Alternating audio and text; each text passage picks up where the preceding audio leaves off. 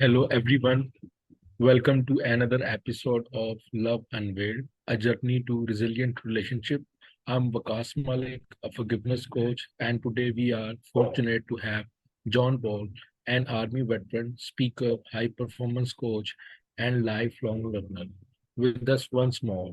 Together, we explore the profound impact of unrecognized pain on children and how to break the cycle for healthier family dynamics. My first question is to you that what consequences results from parents not acknowledging the emotional pain of their children? Well, first of all, Mohammed, thank you so much for having me again. It's such a joy to be with you on the other side of the world, talking about issues that are so important to both of our cultures and around the world. So thank you for doing this, and thank you for allowing me to participate in this with you. And I love these topics that you have thought of to deliver to your audience, and this is a very important one. Um, and what a great question! This is probably a perfect time to remind ourselves of something that we as adults probably forget, and that is, before a child knows how to communicate, he or she expresses what they're feeling through their emotions. That's how they talk to us. That's really the first language we ever learned, was the language of emotion. And when something or someone made us feel good, we smiled or we giggled or laughed. Our body language was open and it was engaging, kind of like it is between you and me right now. And that was our way of sending the message as a child: I feel safe. I'm okay. I'm happy and I want to connect with you and deepen that connection and build that trust and respect and resiliency with you. From the point of view of the nervous system, the expression of these emotions by a child means they're in a state of stay and play. And that's the perfect, those are perfect conditions to connect with our parents, with our caregivers. But when something or someone made us feel scared or bad, we or unsafe, we frowned or cried, or we screamed and cried if the feelings were intense. Our body language was closed, as if to protect ourselves from some danger we thought was out there in the environment. And that's our way as a child of sending the message: I don't feel safe to connect with you. I'm not okay. I'm scared. I'm unhappy or angry or sad. We forget, I think, as adults, that children communicate with us in that way. And we owe it to them and ourselves to learn that method of communication so that we can build that bridge of trust and connection with them. From the point of view of the nervous system, the expressions of these more negative emotions by a child whose only way to communicate is through emotion means they're in a state of fight or flight, or even freeze and collapse. And when they're there for a prolonged period of time, that can have unintended consequences that are lasting, will last, could last for many years unless it's addressed. And when parents don't acknowledge this and provide the comfort that the child needs in that moment, they send a message that those feelings are a burden to them. They're not valid.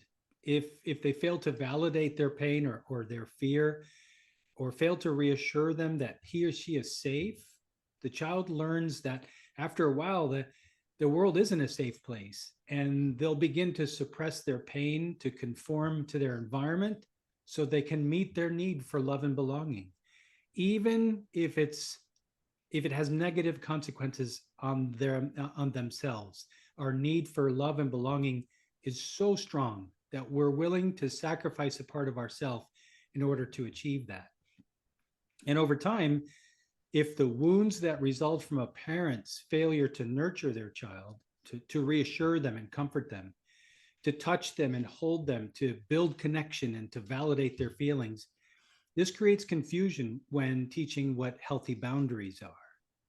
Children respond to abuse and neglect or dysfunction through their emotions, just like adults do.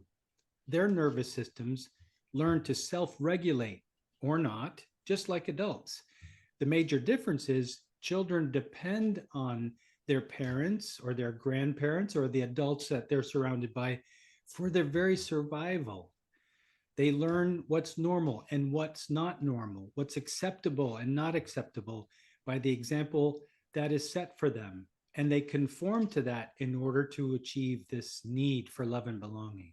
So there's really no such thing as toughening up a child by telling them not to cry or express their pain. Emotions are the only way of telling you something's right or wrong. The consequences of invalidating what they're feeling can be enormous and have a ripple effect on their mental health, the relationships they choose, the friendships and relationships they get into, or how well they do later in school or in their career. This is such an important question, Waqas. Thank you for asking. Right.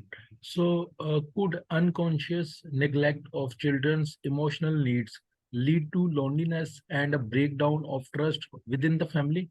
Yeah, great. Another great question. So let's give this question a little bit of context by discussing what unconscious neglect means. And this is what it means to me. Physical neglect is when a child's basic needs don't get met. These needs include our basic fundamental needs as described by Maslow's hierarchy of needs, like food, clothing, shelter, personal hygiene, medical care, supervision and guidance from an adult, and protection from harm. Some of the characteristics of physical neglect include injuries that are unexplained, poor hygiene, physical hygiene, unsuitable clothing, going hungry for periods of time, living in an unsuitable home, or marked change of behavior over time. On the other hand, emotional neglect is when a child's emotional or developmental needs don't get met. And these needs, they're so important. They include love, affection, and having appropriate physical contact with their parents, giving them healthy boundaries and being consistent and measured in holding those boundaries, in being encouraged to believe in themselves and learning to see their mistakes as an opportunity for growth instead of self-criticism and judgment, and making sure they understand and honor their needs. They must learn to do that to develop a healthy outlook of themselves. So when a parent ignores a child's needs, especially their basic needs for safety, shelter, nourishment, clothing, and sleep, and safety, that's being neglectful. And neglect is a type of abuse that absolutely causes suffering. So if you can't get your basic needs met through your parents, of course, it could lead to breakdown of trust that shows up later in many ways, including feeling isolated from your peer group, from your social circle, or the place where you work, or in your home, and that could certainly lead to feelings of loneliness. Right. So, how can we break the cycle of generational trauma and why is it crucial for family dynamics? Yeah, thank you for that question. I love this topic because it's near and dear to my heart. As you know, generational trauma is the passing down of the psychological impact of a traumatic experience from one generation to the next. For me, in my family dynamics, my parents were children during World War II. My father grew up in the Netherlands as a boy. From the age of 8 until 12, he witnessed war firsthand. My mother grew up in the Dutch East Indies, which is now Indonesia. Same age, from 8 to 12, she survived war, Japanese concentration camp, and everything that went with that. So both of my parents experienced war, physical and emotional abuse, neglect, scarcity, and lots of oppression. But parents don't have to survive something as drastic as war in order to qualify as generational trauma, because generational trauma comes in many forms. It could be that our parents survived a natural disaster where there was significant damage or loss or recovery time. It could be that they survived racial or religious or ethnic oppression, or that there was severe financial hardship or neglect. In many families, divorce that occurs in a previous generation can certainly lead to generational trauma that is passed down if it's not healed. I call generational trauma the first wound we ever experience, because we experience it when we're very, very young in our formative years.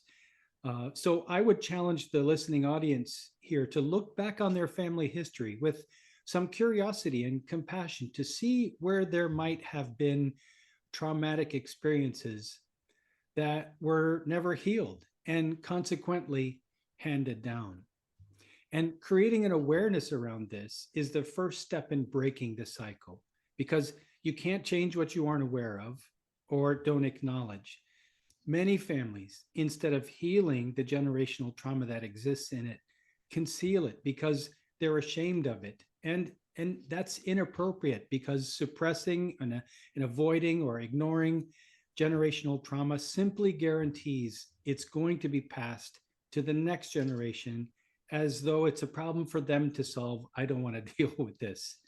The consequences of that are huge, because generational trauma influences the mental well-being of families across generation.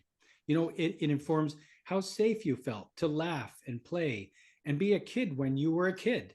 It influences whether you felt seen and heard when you were a child, or your ability to learn and grow, which influences your career progression, your progression in school and within your social circles, how you learn to view yourself and move in the world around you.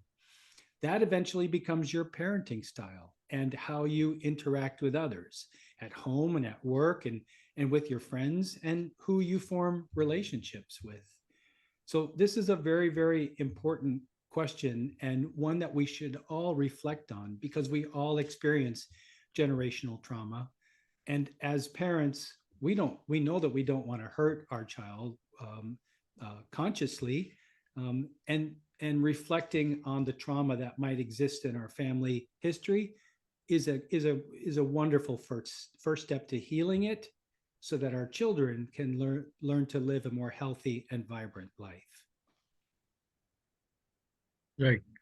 How can the next generation recognize the damage and take action to improve family relationships? Yeah, that's a wonderful question, and I appreciate you asking. And I'm going to show your audience a slide, just a graphic, to sort of illustrate that. Here are some signs of generational trauma and how it shows up in families. And I just want you to maybe even pause the video at this point and reflect on some of these. And I want to challenge you. How many of these have you experienced or witnessed within the context of your families, within the environment of your family life? Maybe from your mom or dad or grandparents. Have you ever wondered why they do some of these things? You know, do you have a family dynamic where one or both parents are aggressive or exhibit controlling behavior? Maybe there's a noticeable lack of trust or sense of belonging, where the family members in the family are distant from each other, not fully emotionally connected to each other. There might be a fear of abandonment, and that shows up in relationships that we form later on. Maybe there's a social distancing, especially when it comes to interacting with other family members or neighbors, or the community, or even at work or at school, in other social settings. Maybe we have met people that we or know people that are afraid to get too close to others because they're worried of becoming hurt, or they feel this a sense of helplessness, or like their life is out of control in some ways. Let me go back here. These are all ways that that generational trauma shows up. Feelings of shame and unworthiness or unlovability. A belief that no one understands you. It's particularly damaging in a family dynamic. And this is how generational trauma forms and continues to be passed down. A belief that no one understands you, a worry that you'll be a burden if you talk about your experiences, because there's a sense of shame around it. And there should never be this sense of shame that has been developed around this. Shame is what keeps it in place. It's what keeps it in the dark and in the shadows and keeps it from being healed.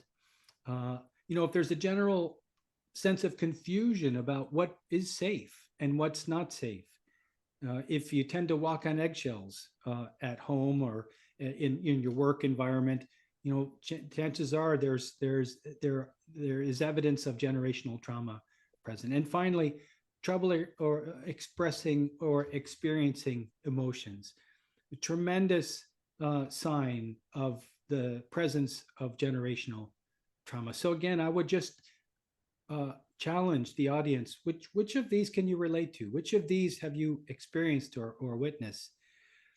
These happen as a result of abuse and neglect or dysfunction in the past. It often comes from a place of emptiness within ourselves or a lack of vitality. And those things happen because there's generational trauma in the family that hasn't been resolved. It's really that simple. And there's no shame in this. It exists everywhere, not just in your home. And it's not just individuals and families either. Generational trauma happens to entire groups of people. In my country, abuse of past generations of African Americans, indigenous people, and women cause generational trauma. Slavery certainly caused generational trauma. The history of Pakistan is full of examples of stereotyping and systemic abuse, especially religious abuse. It's how your country was born. This is systemic generational trauma, but that doesn't mean it cannot be healed in the home and within our families and our communities and our workplaces. So, as much sense as it makes to blame our parents for our troubles that keep showing up in our lives, you should know they probably inherited the pain of unhealed trauma from the ones that came before them. Back then, doing what they needed to do to stay safe was their highest priority. So if you're relating to any of this, remember, people don't behave this way because they're bad people. My parents certainly weren't bad people. They do it because they were taught. It's what they needed to do to adapt and survive. And they adopted these behaviors, again, in order to survive whatever was happening in their environment at that time. Does that help? Yeah, that's Beautiful. a really amazing and knowledgeable thing you have shared. And last question to you: that what strategies can be employed to create a healthier and more nurturing family environment? Yeah, thank you. That's a beautiful question. So here's what I want you to take away from this, if this is happening right now, and it's this: Malik, trauma isn't about what happened to you. Generational trauma isn't about what happened. It's about the wound that's still inside you and the family because of what happened in past generations. It's a wound you must heal if you're to find healthy, vibrant, lasting love and belonging and connection in your life, within your family, and for you as you go out and live your life and create your family, create the next generation. Let me put this a different way. You're not your triggers. The triggers that are associated with generational trauma, you're not what they are. You can learn to break the cycle and heal that wound. It's worthwhile to note here that healing doesn't mean forgetting. That's what you and I teach as forgiveness coaches. It's not about forgetting what happened. It's about making peace with it and taking back the energy from it that we keep giving toward it to keep that alive. It means reconnecting with your authentic self again in ways that restore your sense of aliveness and create the conditions to engage in activities that give you and bring pleasure to the family, rebuild trust within the family unit, and make it possible to connect with each other again. When I got this, it changed my life, particularly after my diagnosis of post traumatic stress. And that's why I know when you really get this and do the work of growing, you create a shift that neutralizes the triggers around your generational trauma and it really empowers you. And that's when everything really starts to improve your performance, your health, your ability to form deeper connections with others, especially within your family. So remember, generational trauma is just a wound. You can change the quality of your life and the dynamics within your family if you change the way you look at it and get curious about it, because trauma doesn't require you to keep living with it. That's a choice you make, and you can learn to choose another path. And so you asked about strategies, and I mentioned one a little earlier, and that's awareness. Remember, you can't change what you aren't aware of or don't acknowledge. So that's why I challenged your listening audience to just reflect on their family history and the history of their community. What traumas may have happened in the past that have not been yet healed, and though the psychological impact of that event or those events are still alive in the generations that followed. Once you achieve awareness, you can do something about it. You can figure out how to take action. And I add empathy and self-compassion here, Waqas, because human nature being what it is, we tend to be so self-critical and judgmental, and that gets in the way of our healing journey. That gets in the way of another strategy we can use, and I know this is very important to you. It is to me too, and that's learning to forgive. Forgiveness sounds all churchy to some people, and there are some stereotypes that go with it, but listen, learning to forgive is learning to let go of the investment, the emotional investment we're making in something that has happened in the past that we cannot change. And it's so important, as you know. I know you teach, you work with your clients the same way that I do here. Those investments that we continue to make in these past traumatic events that shape our lives and direct our lives, when we continue to invest our energy regretting those past events, being angry about them or saddened or grieved about them, they influence the choices that we make in the present moment, and that's how we create our future. This is how generational trauma gets passed from one generation to within a family to the next. We hold on to these past events as though they're still happening, and they shape our decision making and how we create our future. We can break that cycle, and forgiveness is an excellent way to do that, as you know, and as you work with your audience. And Thank thank you you for for doing joining that us. over there. We need that. We need a lot more forgiveness all over the world to reconnect with each other and understand each other again, from the family to a global community. Right. And thank you so much. With insights from our guest, Jon-Paul, we hope you are better equipped to create nurturing family dynamics. Stay tuned for our next episode as we delve deeper into the journey of resilient relationship. Thank you. Thanks, Mohammed. Take care.